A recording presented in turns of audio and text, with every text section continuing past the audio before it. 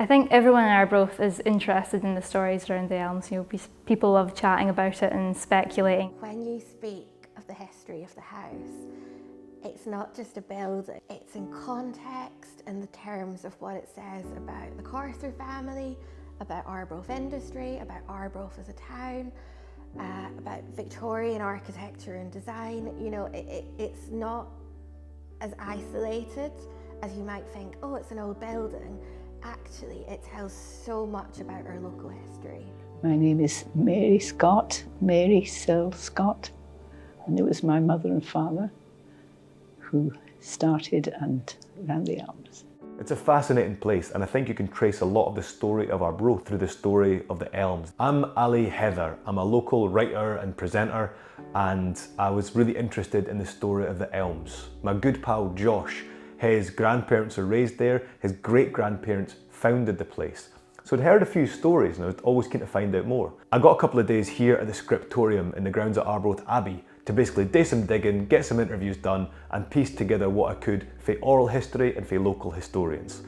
So me and Josh did some interviews with Blythe Stockdale, local historian and Arbroath librarian, Emma Gilliland, who is for the Angus museums, and we were lucky enough to get 3 members of the original Elms Kids, as they were known. Folk raised at the Elms when it was operated by people as part of the Worldwide Evangelical Crusade. More of that in a little bit. But I thought we'd start in the present and work our way backwards. When I speak to folk in Arbroath about the Elms today, if they're my age or a little bit younger, their chat tends to be that they'd snuck in there for drinking, or they'd snuck in there to explore, or maybe go ghost hunting. So that's the kind of modern use of the Elms, and I've got a few stories about that. Growing up in Arbroath as a teenager, I think myself and a lot of people my age were always quite interested in the Elms. It's always got that pull when you're younger, and that just made me quite interested in learning about the history about it. It's so like textbook spooky old house, you know, not just because it's French Gothic, but it's kind of hidden away a little bit amongst all those trees, and there was always this understanding that going there was trespassing, you weren't supposed to go there. There was all these rumours that there was cameras that would catch you. Obviously there was the floorboards collapsing, the asbestos, so we were being warned off for good reason, but when you're a teenager, that's just kind of going over your head and you're just thinking, I want to take cool pictures of it. It was absolutely vandalised, just absolutely vandalised. My grandson, when I had my grandson, and he got in one night through a broken window into the Elms. He came back and said, I've been in the Elms. He said the whole of the upstairs landing has collapsed. They'd taken all the lead off the roof and it had all collapsed. It was soaking wet, and all the lovely Italian marble fireplaces had been removed, and everything of any value in it was all being removed and stolen. But you could get the sense of what a grand building it had been. There are still parts where the sunlight's streaming into the parlour room and stuff. And on the bits of plaster that were still left on the walls, you could see the designs of old wallpaper that had been there before. Previous work that's been done in the past few years has involved removing all the asbestos from the building, so that was a huge undertaking, and just getting the floor basically back into place so that you can actually walk from one end to the other without disappearing into the abyss below it. So the Elms stories that I'd heard about the place were when it was run by the Worldwide Evangelical Crusade, obviously a kind of religious organisation that was all about getting missionaries out into the world and spreading the word of God. At this point, the Elms was run by Lily and Charles Searle. They sound like really formidable, very devout people, Lily in particular. My mother became a Christian at the age of 5 at primary school, and she asked the Lord into her life. 2 years later, the missionary from Africa, she spoke about Africa, and that was my mother's call to Africa. We used to go into the coal house, put lumps of coal in a row, pretend they were little black children, and talk to them and preach the gospel to them. She became a Methodist lay preacher. She did the correspondence courses. She became registered as a Methodist lay preacher. She had an old box she put on the corner of the street. She stood and preached to all the people going past. standing on a soapbox, that's what it was, when she was just a teenager. So Lily and Charlie Searle met in what was then called the Belgian Congo, where they were missionaries. They both had trouble with malaria, and Lily in particular's health wasn't up to continuing to be a missionary in that kind of climate, so they returned to Britain and regrouped. But they had this deep calling to be missionaries. They'd both trained for that. They knew that their life was supposed to be dedicated in that direction. So what could they do? They decided that they could support the missionary work from home. And to do that, they'd establish a children's home that they could look after the children of all the other couples and families that were overseas spreading the word of God. Charles Searle was a popular preacher, and he'd often tour about giving sermons. He was in the area and he came to Arbroath to look at the Elms. He heard it was up for sale and vacant, and it was obviously perfect. But why was the Elms available? Why was it empty? It had only been built 70 years before, and it was the height of fashion. It had cost a huge amount of money, a massive amount of labour and love went into it. And yet here it was, sitting empty, ready to be picked up for its next life. To find out a bit more about where the building, the Elms, came from, let's hear more from Blythe and from Emma. So it all began with the original David Corser, who was a grandfather of Provost Corser. He'd been a handloom weaver and he'd owned small factories, and that had grown and grown into this massive industry around town. So the Corser family were the first mill owners in town to have a factory just filled with power looms. That's 1849, and that's a huge change. With a power loom, you can have multiple looms being operated by just one worker, so you massively cut your labour force and you increase your production. And the other big change is it means that children and women can now operate the looms. So they had big workforces filled with women and children. You could also pay them a lot less as well, so that would have increased their profits. So they're employing lots of people around Arbroath, and they're producing lots of this sailcloth that's getting sent all around the world. David Corser himself decides to build the Elms, this beautiful French Gothic building. It would have been very in style, and him and his wife resided there. They don't come from aristocracy, they're not landed gentry. You know, his grandfather had been a handloom weaver. But with the changes happening in the UK at the time, you've got this sort of creation of a new social class, these manufacturers that are gaining power through their work, through their money, influence in town, so they can enter local politics. He joins the town council, he becomes provost in the 1860s, and he also becomes a philanthropist as well. So it tells us a lot just about changing ways of life at that time, changing ways of living, changing power systems. In some ways, things are becoming more democratic, but in other ways it's also just the creation of a new kind of elite, you know, which the Corser family were very much part of. From the 18th century onwards, Arbroath began to produce this really coarse linen called an Osnaburg. One of its main reasons for being exported was to clothe enslaved peoples in the Americas. You would have ships leaving from Montrose, going down to West Africa to pick up people that were going to be enslaved, going over to the Americas, and offloading your Osnaburgs, offloading your people, and then coming back with things like cotton, sugar, tobacco, and you would then have factories round about here that would be tobacco factories and stuff as well. So it's this big global trade, this big cycle that a lot of people are getting very, very rich off of, but there's also so many people at the bottom propping that up. You've got people being enslaved, having to produce cotton, having to produce tobacco, but then you've also got the workers here that are on really low wages, working really long hours, and their way of life has been changed so much that they don't really have any other choice in what to do as well. So it's one of those things where you look at the Corsers and they're right at the top of all that. They're sort of profiting off of the fruits of all this other labour. They do give back to the town, but they're able to do that because they've acquired so much wealth. We've got a wonderful portrait of David Corser, and it's by Sir James Guthrie. In 1902, he was elected president of the Royal Scottish Academy, so very prestigious. And the year after that, he was knighted and he became Sir James Guthrie.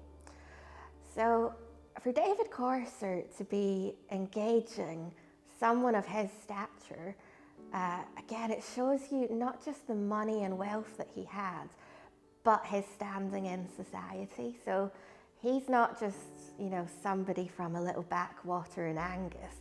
This is somebody on the national scene that is being painted by a prominent and well-respected artist.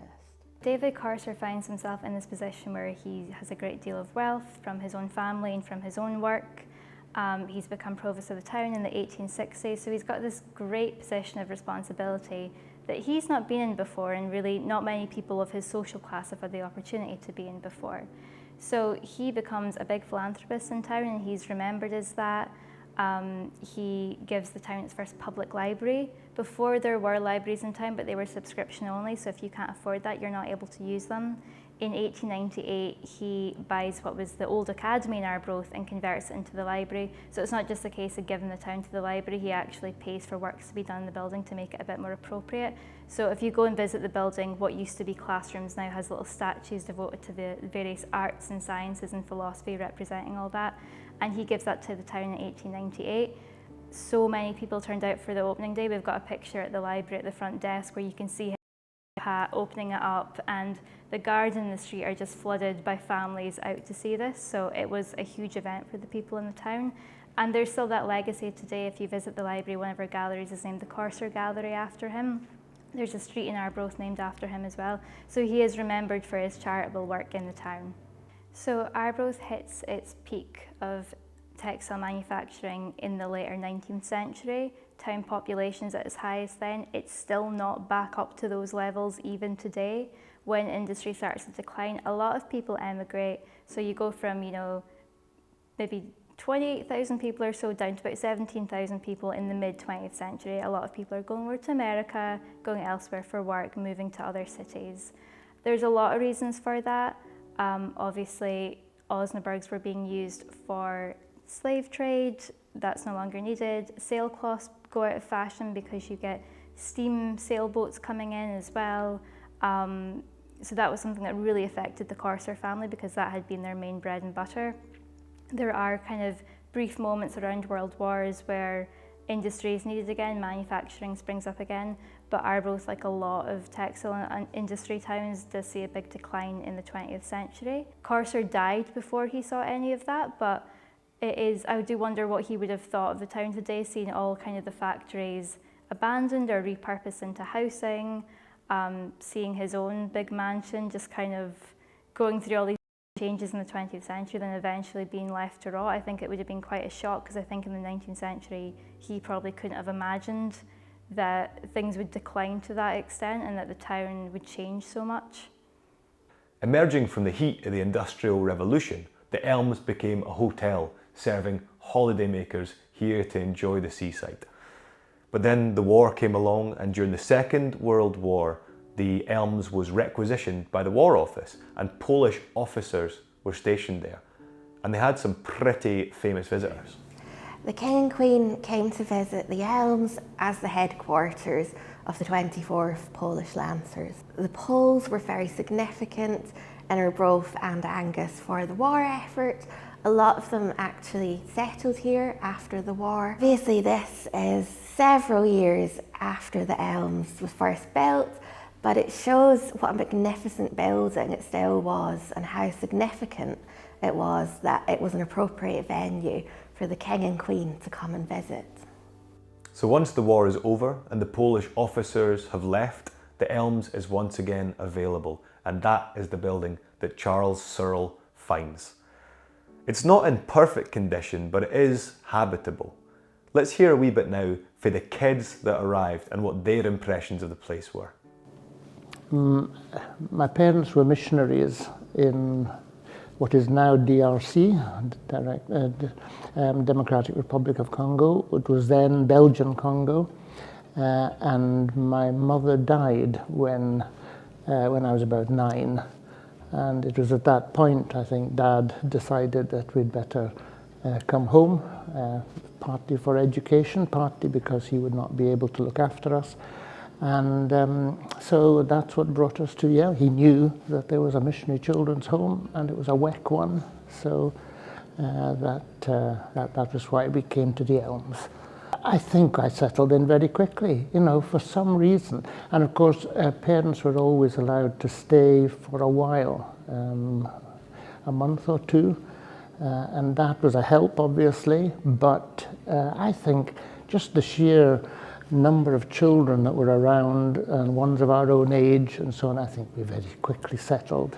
I really enjoyed it because very quickly we had quite a few children came, and there was a lot of company and a lot of fun. I remember we were so excited. This vast house. It was so exciting. So many rooms to explore in the garden with the wilderness. There were huge greenhouses in the back. There were the vines. They all needed repairing. So I'd love to ask about that first generation of Elms Kids. Where were they coming from? Did you have any sense where your kind of fellow, what would you call them? Would you call them housemates? Would you call them the other children at the Elms? We were a family. We're a family. I can remember One big family. He came once a year to all the children's homes, and he said that this was the only one that was run like a home. Only one. WEC, Worldwide Evangelical Crusade, as it was called then, now WEC International, it had missionaries really all over the world, quite simply. My father went out when he was about 22, no qualifications particularly, apart from a couple of years in a Bible college to kind of study and prepare for being a missionary. I think a bit of time in France to learn French in order to, because nationally the language, the kind of official language in Congo was French, and I suppose to get a bit of Swahili as well. And so the first time he was out for 11 years, and he stayed out there from the age of 22 until he died when he was about 79 or so. You know, just coming home every 5 years for a year. We only saw our parents every 5 years, the ones who were away continuing their missionary work. That must have been quite difficult for you. In many ways, and yet Mary and David's mum and dad, who were the house parents, they really encouraged us to write letters every... yeah, oh yes, it was routine, and we wrote letters and we received letters. So that was really, in the days before FaceTime and all that, was the only way to communicate. And we were sent round the prefabs. They're all called Elms Way and Elms. They were prefabs. And we had a little harmonium, didn't we? We had to sit and play. My mother called it going fishing, because Jesus said, called the fishermen, and he said, "Come and follow me and I'll make you fishers of men." And so we had to go fishing on a Sunday afternoon. I hated it. We had to knock on doors and, "Have you any children that don't go to Sunday school? Would they like to come to ours?" That big dining room was full, wasn't it, with the Sunday school? The numbers doubled Sunday afternoon at the Sunday school. Yes. Filled. They were always... Had all these bent wood chairs. And what would you do at a Sunday school in the Elms? Sing choruses and have a Bible story. Yes, have Bible stories. We knew our Bibles, I'm telling you. We had to learn a verse every single day, didn't we? And the girls scrubbed the kitchen floor, which was a stone floor, a row of us, with a bucket and a scrubbing brush. Peeling potatoes, ready for lunch. There were two on the job, peeling potatoes. So the kids were having their experiences, but what about the adults? We knew that they didn't have really money to pay for all this. A building like the Elms is tremendously expensive to run. How could all these kids be fed and clothed? Because none of them were charged a penny. None of their parents were charged a penny. They're all working as missionaries. Well, the 3 Elms kids told me exactly how they got things that they needed. Whenever we needed anything from the Elms, right from the word go, anything that was needed in furniture or anything, we had to pray for. But I remember breakfast one Saturday morning, my father said, "This is the last food in the house, and there's no money in the bank. So you go out and do your jobs and then play football on the lawn and so on. The staff are going to fast and pray all day." baker's van drove up the long drive and stopped. Mother came to the door, threw up her hands and embraced the baker. And the story was, it was a hot, hot day, and most people had been out. And all his stuff was in the van. He was a baker from Bircham, and he was on his way home. And the boy did turn into that drive on the right at the top of Cairney Hill and give them the bread and the bridie and the rolls and the scones. And that kept us going for 2 days. And on the Monday morning, with the post, was a very large cheque, which tided us over for the next month or so. I had to pray every penny. I remember one day when I was about in my early teens, maybe 15, my coat was getting very small and short on me, and I went to my mother. I said, "I'm needing a new coat." Do you know what she said? "Don't come to me, my dear, go to your Heavenly Father."